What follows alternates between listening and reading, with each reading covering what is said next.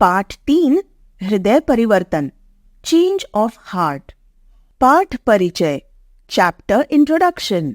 प्रस्तुत पाठ में लेखक ने बताया है कि दूसरों को हानि पहुंचाकर प्राप्त की गई जीत असल में जीत नहीं होती। निस्वार्थ भाव से दूसरों की मदद करना और संवेदनशील होना ही असली सफलता है।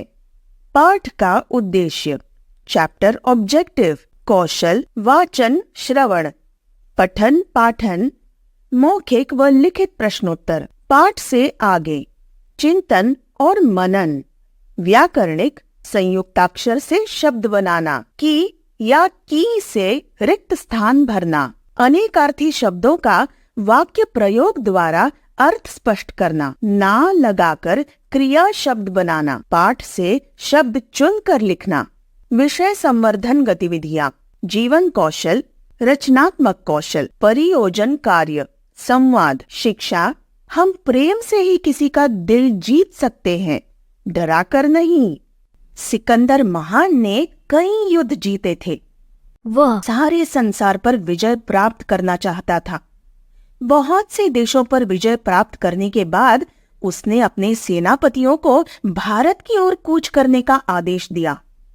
प्राचीन काल में भारतवर्ष सारे संसार में सोने की चिड़िया के नाम से प्रसिद्ध था।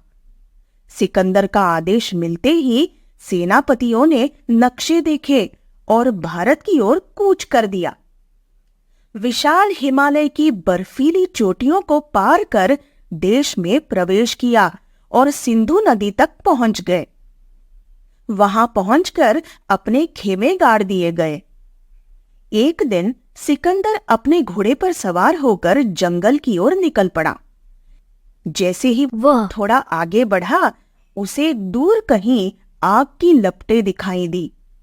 वह नजदीक गया तो कुछ संत सिंधु नदी के तट पर यज्ञ करते दिखाई दिए। एक पेड़ की ओट में वो चुपचाप खड़ा हो गया। सर्दी का मौसम था। उन संतों ने नाम मात्र के कपड़े पहने हुए थे। सिकंदर को लगा कि उनके पास तन ढकने को कपड़े नहीं है। उसे उनकी निर्धनता पर दया आने लगी। उसने सोचा कि इन नंगे फकीरों के लिए कुछ करना चाहिए। रात काफी हो चुकी थी। वह वापस अपने खेमे में गया और उसने प्रधान सेनापति को बुलाकर आदेश दिया, फौरन कुछ गर्म कपड़ों और कंबलों की व्यवस्था की जाए, मुझे उनकी आवश्यकता है। आदेश पाते ही गर्म कपड़ों और कंबलों के ढेर सिकंदर के सामने लग गए। उन्हें घोड़ों पर लदवाकर सिकंदर स्वयं काफिले को जंगल की ओर ले चला। कारवां सिंधु तट पर पहुंचा, जहां अभी तक यज्ञ चल रहा था। यज्ञ की आहुतियों और मंत्रों के उच्चारण से वायुमंडल गूंज रहा था। वह अपने घोड़े को उनके करीब ले गया, पर सिकंदर और काफिले पर संतों का ध्यान नहीं गया। सिकंदर उनका ध्यान अपनी ओर आकर्षित करने के लिए अपना घोड़ा उनके निकट ले गया। फिर से जोर से थपथपाया और स्वयं भी जोर से खांसा, लेकिन फिर भी किसी ने उसकी ओर ध्यान नहीं दिया।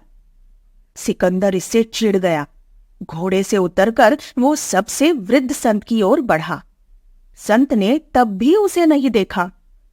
इससे सिकंदर ने अपने आप को बहुत उपेक्षित महसूस किया। तब उसने एक संत को झकझोर कर कहा, ए फकीर सुनो, मैं सिकंदर महान हूं।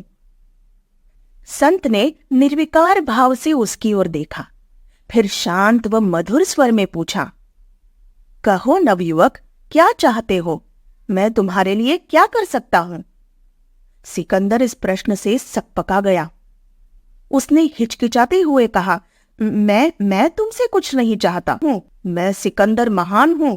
इतनी सर्दी में नंगे बदन देखकर तुम लोगों के लिए गर्म कपड़े और कंबल लाया हूं।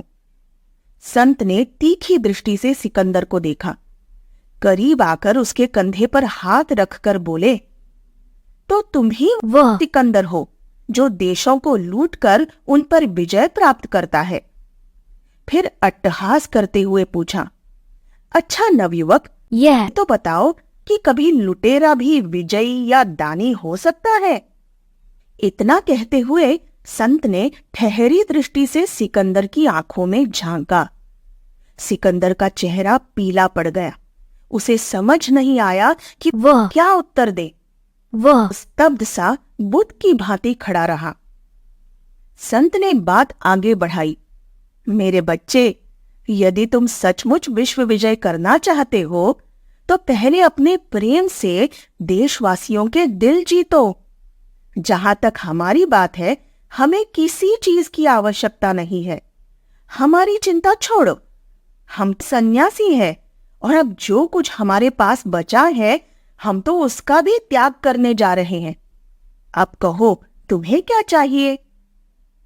सिकंदर को अपने कानों पर विश्वास ही नहीं हो रहा था। ऐसा तो उसने कभी न कहीं देखा था न सुना था। उसे ग्लानि होने लगी। उसका मन उदास हो गया। उसने संत का मूक अभिवादन किया, फिर बिना एक भी शब्द बोले अपने घोड़े पर सवार होकर अपने खेमे की ओर चल पड़ा। उसका कारवां भी उसके पीछे पीछे था। भोर हो गई थी और सिकंदर पक्षियों की मधुर चहचहाहट को सुन रहा था। उसका हृदय परिवर्तित हो चुका था। उसने निश्चय कर लिया था कि अब और आगे नहीं बढ़ना है। सिकंदर महान ने कई युद्ध जीते थे। वह सारे संसार पर विजय प्राप्त करना चाहता था। बहुत